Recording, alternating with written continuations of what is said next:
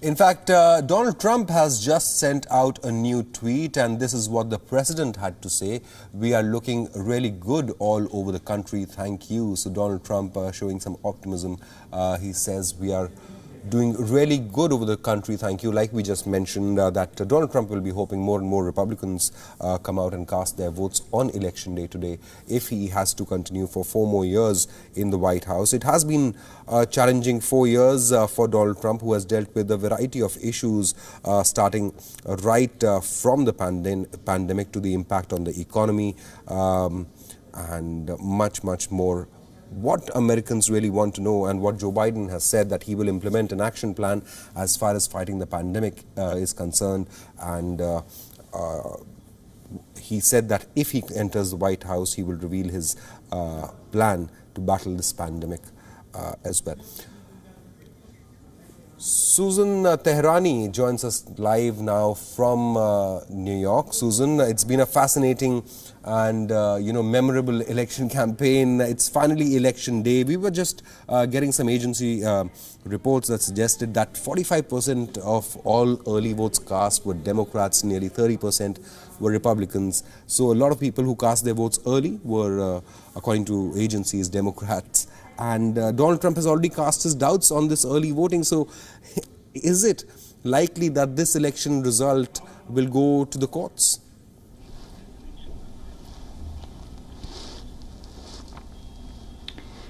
We'll see. Anything could happen. Just one caveat there. Democrats do go and vote. Registered Democrats perhaps are known to go and vote earlier than Republicans. But if you're a registered Democrat, it doesn't necessarily mean that you're going to vote Democrat. You have the option of voting Republican. And considering the harassment we've seen from both sides, it's fair to say there's a silent majority in the United States that has gone out and voted, and they don't want to share who they voted for with anyone. It's remarkable, striking to see that some people think their lives are on the line by really saying who they're going to vote for. So let's see how these early votings and these early projections really show. What's going to be very important is if we see a state that we're going to see the results very early on, in less than an hour, in about half an hour, states like Florida, Georgia, North Carolina, these are 7 p.m., 8 p.m. Stations that will close, and we'll sort of have an understanding of where these states stand. We also have Ohio, and I think Arizona is one of those states in the West that will also close early as well. So these are important states, and if we really get kind of an understanding of what happens in these states, it's very unlikely that the issue will go to the court. However, what's interesting is from the last time we spoke, which was about an hour and a half ago, Axios, the newspaper, has a report that comes out and says that Joe Biden has said that if there are early projections that he's actually winning, meaning the media saying it or projectors saying it, he will, quote unquote, assert his power. Those are very strong statements coming from Absolutely. A candidate who doesn't know if he's won or not. So that's something to take a look at. Absolutely. Yeah. Absolutely. Yeah. Donald Trump, meanwhile, has been making passing mentions during his campaign rallies about his signature accomplishments, or what his aides believe are his signature accomplishments, which are the nation's economic rebound, that is the economy and its state before the pandemic, and its rebound in the last quarter has been pretty good. And the recent installation of Supreme Court Justice Amy Coney Barrett. Yeah. One could also talk about his foreign policies, the Abraham Accords. So while the pandemic and the racial tensions have worked against Trump, there are certain things that might appeal to his supporter base as well, isn't it?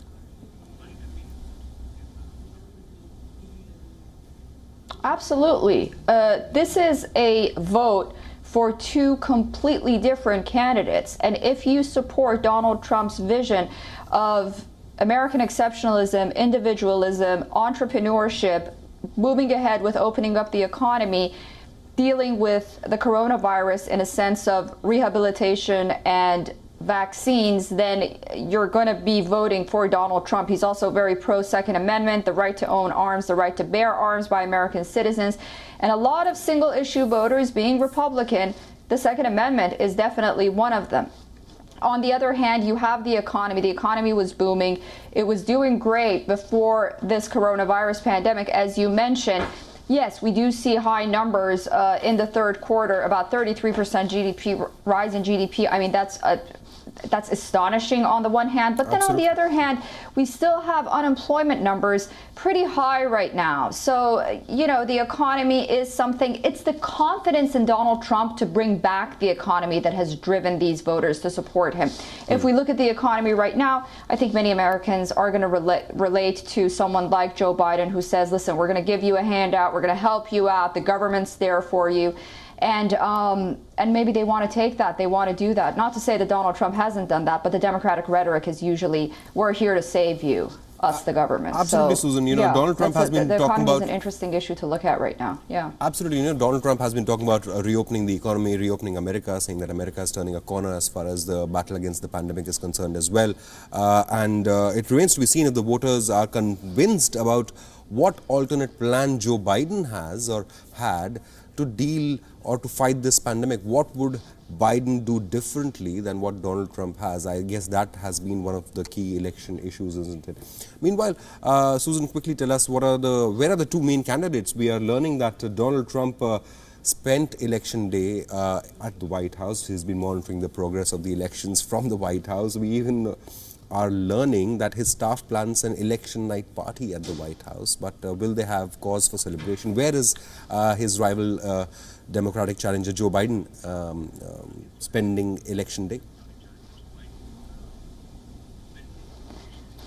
Yeah, Joe Biden was campaigning around Pennsylvania earlier. He was in Delaware. He visited a church where his son had a funeral at, and we know that one of his sons passed away, Beau Biden, earlier. So he was also around his family and supporters as well. He's expected to be in his home state of Delaware, and Kamala Harris, as far as we know, will be joining Joe Biden in his home state of Delaware, and they're preparing speeches. They've been very clear that they're going to be preparing speeches that will come out probably in that state. Right. We are getting some projections from certain networks who are saying that Trump voters are strongly voting for their candidate rather than against his opponent, with 4 and 5 saying so that they are voting strongly for Donald Trump rather than voting against Joe Biden. So these are some early reports that we are getting, that Trump supporters are firmly backing him rather than being against Joe Biden. Susan, is it once again going to come down to the popular vote versus the Electoral College, like we saw 4 years ago in 2016 when Hillary Clinton got nearly 3 million more votes than Donald Trump, but Donald Trump won the race to the White House?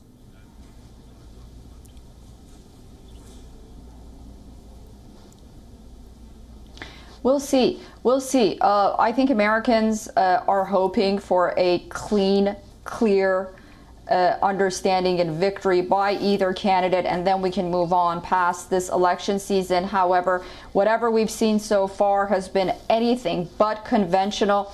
I mentioned earlier, you can't really underestimate that silent vote across the United States. I mean, even here in New York, in a blue state, when I was setting up our cameras earlier outside the polling stations, 2 people came out behind us before we went live and said, go Trump. I mean, that's something that's very odd to hear on the streets of Manhattan, especially on the Upper West Side or Upper East Side. So you never know. You never know how the popular vote is going to turn out. But it's going to be tight. It's not going to be a landslide. And that's what the projectors are saying at this point, unless we really, really had horrible margins of polling prior, and then we'll be in for a real surprise. But they say it's going to be pretty tight. Right. Quickly, let's just talk about the key states, Susan, and which are the key states that are likely to decide the outcome this time?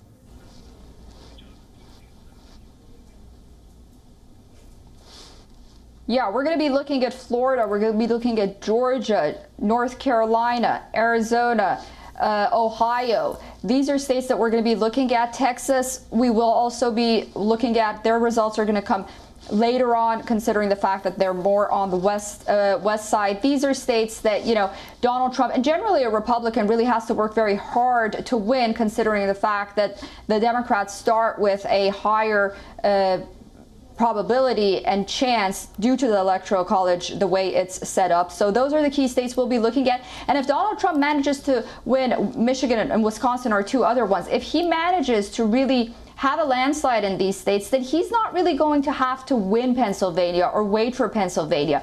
Pennsylvania is in the case that Biden takes one or two of these key states, or maybe has a surprise, like I said, in Texas or something, and then we'll try to, then Pennsylvania becomes very important later on.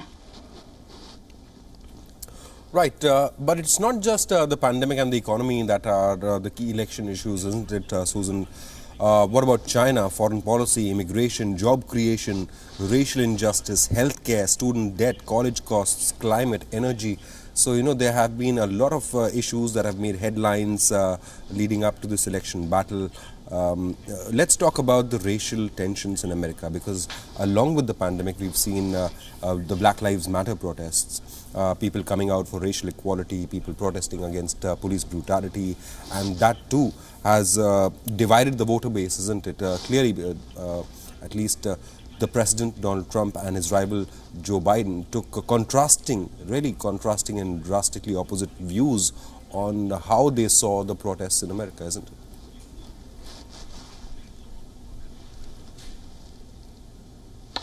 Very true. Again, two different views, and ultimately, you know, the Democrats have usually, they're very good at presenting their rhetoric. The Black Lives Matter movement is a movement that leans towards Democrats and progressives. They are funded by Democrats and progressives. The Republicans and Donald Trump, you know, at one point it was to the favor of Democrats, these protests coming out. And it's interesting because the key issue here is about racial justice, social justice issues that need to be resolved among certain communities. That, of course, in 2020, just like anything else, became extremely political. So when it was protests, it was the right for Americans to go out and protest. It started out about those protests, and then when the looting and the violence came in, and the takeover of cities by what some call progressives or groups like Antifa, then President Trump really hammered in on his law and order message, and that was his message throughout these protests. One of the things that Black Lives Matter wants is the defunding of the police. On the other hand, when you see violence and eruption, Donald Trump came out and said that I'll back the police, I'll back law enforcement, and I won't be defunding it. So these are issues that people will be looking at. But if we take a look at Joe Biden and Kamala Harris's track record on trying to so-called save the African American people from unemployment, from their disparities, if that's what they're trying to do, you look at their track record and you realize that even during the Obama administration, not major laws were really passed, but for example, Donald Trump had a pretty good number in terms of Black and African American job numbers, and he also passed an act regarding incarceration and post-incarceration, which often affects African Americans more than others. So, you know, that's one issue about racial issues, but another issue is really convincing the African American voter to get out and vote. At the end of the day, many of them that I talk to, at least here in New York, we talk to a lot of them in Detroit, which Kamala Harris was there. She probably knows this more than anyone else. They've given up on politicians. Right. Yeah, so getting them out to vote is the racial issue, and getting them out to vote is two different issues that really come together this year. Absolutely, Susan. Stay with us, Susan. In fact, we're just getting these live shots from the White House that we'll be showing to our viewers. A lot of people have started gathering outside the White House where Donald Trump spent the election day. And we're just going to come back to you, Susan, live in just a bit. Also joining us on this broadcast is Republican strategist attorney Amanda Markey, and she's joining us live from Tampa, Florida, so we welcome her. But this is live shots from outside the White House. Donald Trump and his team are inside where they monitored today's progress. In fact, we're just getting an update, you know, that Donald Trump leading over Biden in Indiana, Kentucky, New Hampshire. First results, but these are only early trends. We'll wait before we get some detailed results, but these are certainly early results that we're getting. A Republican strategist, attorney Amanda Markey, is joining us live from Tampa, Florida. And Amanda, the big question, these are just early results, but you have a big smile on your face, obviously. Do you see the trend continuing? Do you see Donald Trump returning to the White House? If he did, or if he does, what will be the key issue that you believe would connect or has connected with his voters leading up to Election Day? So I think that Donald Trump is performing well as far as the votes that have come in today, the day of. We have seen a surge. Pinellas County, where I am, is on the west coast of Florida, and it has had the distinction and honor of picking the president every year since 1980. So that's the last 5 presidencies and the early 40 years. So we have a good track record here. And what I can tell you is that the voter registration leans Democrat by about 6,000 voters, that are more Democrats registered than Republicans. And right now, as of 6 p.m., we have 7,000 more Republicans have voted than Democrats. And as you know, the polls close in less than 30 minutes. So that's the big smile on my face. What I think has united voters behind President Trump is his message of opening up the economy. I think with COVID, a lot of people have not wanted to continue to stay closed, stay dark, another dark winter. I think they want the economy to get going again. They want to have a therapeutic come to market. All these things that President Trump has pushed for in the last 10 months since this novel virus has started. Of course, I don't think you can discount the fact that fracking, a major issue that was a topic in the Nashville debate that the president had with Joe Biden 2 weeks ago, that has also become a major issue for energy prices and the energy workers who are in key states like Pennsylvania. Right. We got some reports from agencies earlier that showed us how early voting, as far as early voting is concerned, now we know that a record number of people cast their ballots early, whether it was in-person or mail-in ballots. President Trump has cast doubts over the mail-in ballots process. However, despite the fact, we're getting to learn that 45% of those who cast their ballots have affiliations to the Democrats and 30% are Republicans. So is there a concern that more supporters of the Democratic Party might have cast more early ballots? And because observers believe that 2020 will see the highest ever voter turnout in a century in America, so those early ballots may be crucial in this outcome. Yes, they are, but so is the in-person voting. So when you talk about early, you have to talk about early mail and early in-person. And so I think there was a lead with early mail-in voters, yes. But the early in-person, I think the Republicans really picked up a lot of steam. They were able to narrow that gap. And today we've had just great turnout, as you mentioned, record turnout. Maybe in the last 40 years we haven't seen something like this. And so, this is a proud day for America, for Americans really going to the polls and exercising their right to vote. And that is just such an important thing. But I think most importantly, you saw that people stood in line, they mailed in their ballots, they waited to make sure that they exercised their right to vote. And I think that though the mail-in ballots may have favored the Democrats, the Republicans have made up the game. They have made up a lot of ground. And I always thought that Republicans tend to be more favorable, amenable to voting on Election Day. Right. Donald Trump has also said that next year will be the greatest economic year for America. So clearly the president is shifting focus on the economy, how it was performing before the pandemic hit and its revival in the previous quarter, even during the middle of the pandemic. Absolutely. I mean, the economy is critically important. And of course, what has happened with COVID has been for Florida, just as an example. I mean, Florida is very much a service industry state. Tourism is a huge part of the success of Florida's economy. And I always like to say, if the country catches a cold, as in, the economy is struggling, Florida catches the flu. It is that much more pronounced here in Florida because people have to have disposable income to be able to spend time, in tourism attractions, our beaches, Disney World, of course, and the likes. And so, focusing on the economy is critically important for Florida, but it's also critically important for the country. And that should be a bipartisan issue. That should not be something that, it has any partisanship to it. That's good for the country. And my hope really is, and I believe this, that now that President Trump, if he is successful in being a two-term president, the Democrats will just, we have to see, how the votes come out. But, the president and the Democrats are going to work together on issues they can align on. One of those issues, for example, is transportation and infrastructure. And so I think, not being worried about, well, we don't want to give him a victory. They will come to the table to want to make this country better. And that's my hope. Right.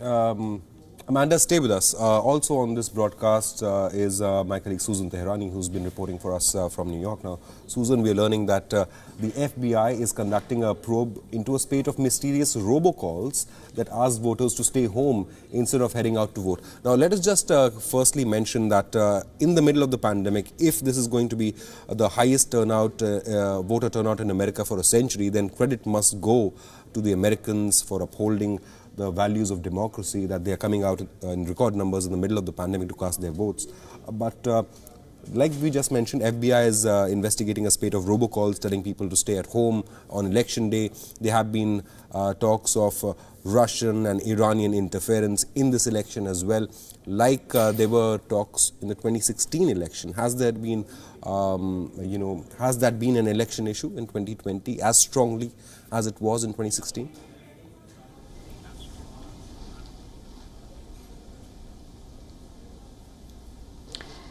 Yeah, I mean, there was a lot of talk about Russia intervention, honestly, not just during the election season in 2016, but after Donald Trump got elected, then it was also Russia all throughout, many months of his first administration. And then we realized that he wasn't collaborating with the Russians on his campaign. The issue, because we are so sensitive right now regarding cybersecurity, and we are in a very fragile situation when it comes to even something like biological security, we saw with the China virus, or cybersecurity, then these interventions, they are always a cause for concern. However, I don't think that they played that big of a role during this election season. However, we'll have to see whether or not it will become a bigger issue if perhaps one side, like the last time,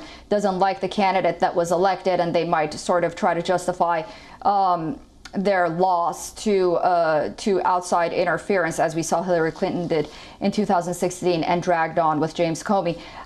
In terms of that FBI call, that's the FBI monitoring those calls. I'm not sure how many people would really listen to those calls. Americans are adamant to go out and vote, exercise their right to vote. It's one of our democratic cornerstones and values, and we uphold that very seriously. But it's interesting that on election day, usually Republicans are the ones to go out and vote on election day in person, and then you get these calls to stay home. But listen, a lot of Americans are already staying home. There are so many shops boarded up. There's been this really understanding, now it's become conventional wisdom, that there's going to be violence in the street, and people are actually preferring to stay home, but not preferring to stay home to not go out and vote. So we'll see who these agitators are, but I doubt they're going to really affect the outcome of the U.S. presidential elections. I think we have a stronger foundation than that in this country. Right. We are getting visuals of the counting process, which is currently underway from across America. And currently votes are being counted, and soon Americans will know soon they will have an indication whether they will know tonight who the next president is.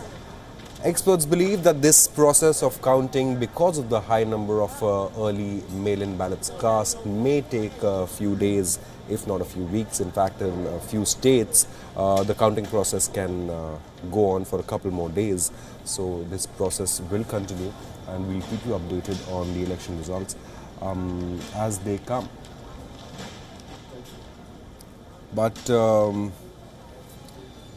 yes, it's been a really memorable election campaign, isn't it? A bitter election campaign at times, a fascinating race, and it's come down to Donald Trump versus Joe Biden. But also, Amanda continues to be with us. Amanda is a Republican strategist and attorney. She's joining us live from Tampa, Florida. Amanda, it's not just about Donald Trump versus Joe Biden. It's also about the control of the U.S. Senate, isn't it? How do you see that battle playing out? Absolutely. People forget how important the legislative branch is to the agenda and furthering the agenda of the president. And, if you need an example, let me tell you, when Ruth Bader Ginsburg, a Supreme Court Associate Justice, passed away in September, we now have a new justice who has replaced her, and that was in less than 2 months. That was only because of the president and the Senate being of the same party, and the Senate being able to move that nominee along to place a lifetime appointment for a very qualified Supreme Court Associate Justice. So, those are the types of things that really matter for President. And if President Trump is able to serve a second term, him having a Senate that is controlled by Republicans is critically important to the tasks and the agenda that he has laid out for our country. And so it is critically important that the Senate remains in Republican control. Of course, I say that as a Republican strategist, but we have some very tight races across the country. Now, the president being at the top of the ticket, the president is going to carry a lot of those people. So a lot of states that are important, for example, Iowa, which we expect that the president will succeed. North Carolina is another example. South Carolina is another example. We have Senate races there. Maine. We have a Senate race there with Susan Collins. So, we think it's really important, obviously, to maintain control of the Senate, but it will certainly be hugely important for those senators who are on the ticket. If President Trump succeeds, he will have long coattails to take with them. Right. Amanda, thanks so much for joining us. Susan, coming to you, any early trends that you're picking up, any early trends from any states, any updates that we are getting from the battleground states especially?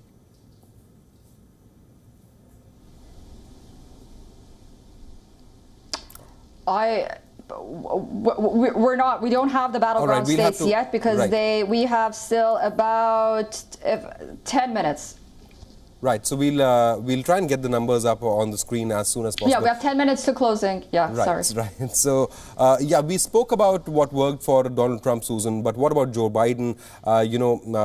He has had a 5-decade-long political career. This is the third time it's his election, it's his bid to become the president of America.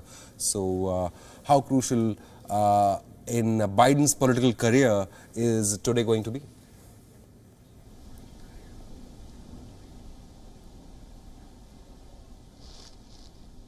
It's important. It's his last chance, really, to prove himself after so many years of being sort of on the sidelines. I mean, you can argue that he wasn't with President Obama because he was the vice president and made a lot of foreign policy decisions and other decisions as well. But this is really Biden's big chance to see if he can really achieve what he's been working for the past 40-some, 50 years. But it's also a testament of how important this election is for Biden's supporters and what the Democratic Party has become at this point, which is really moving to the left as opposed to being in the center, that a Democratic Party that Joe Biden was perhaps familiar with years ago has morphed into a more progressive leftist party. So his election is a testament that the country will move in that direction. He's picked a vice president who's self-proclaimed that she is the most liberal politician there is, the most liberal vice president and the most liberal senator that we've known. She's from California, former prosecutor, but her thoughts are very aligned with people like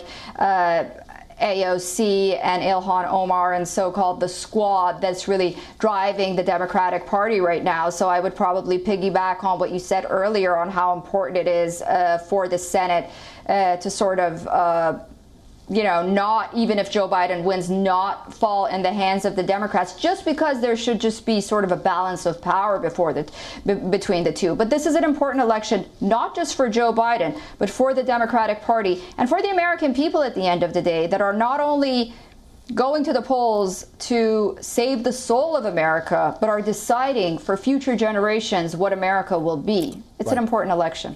Susan Tehrani, thank you so much for joining us. I'd also like to thank Amanda for joining us.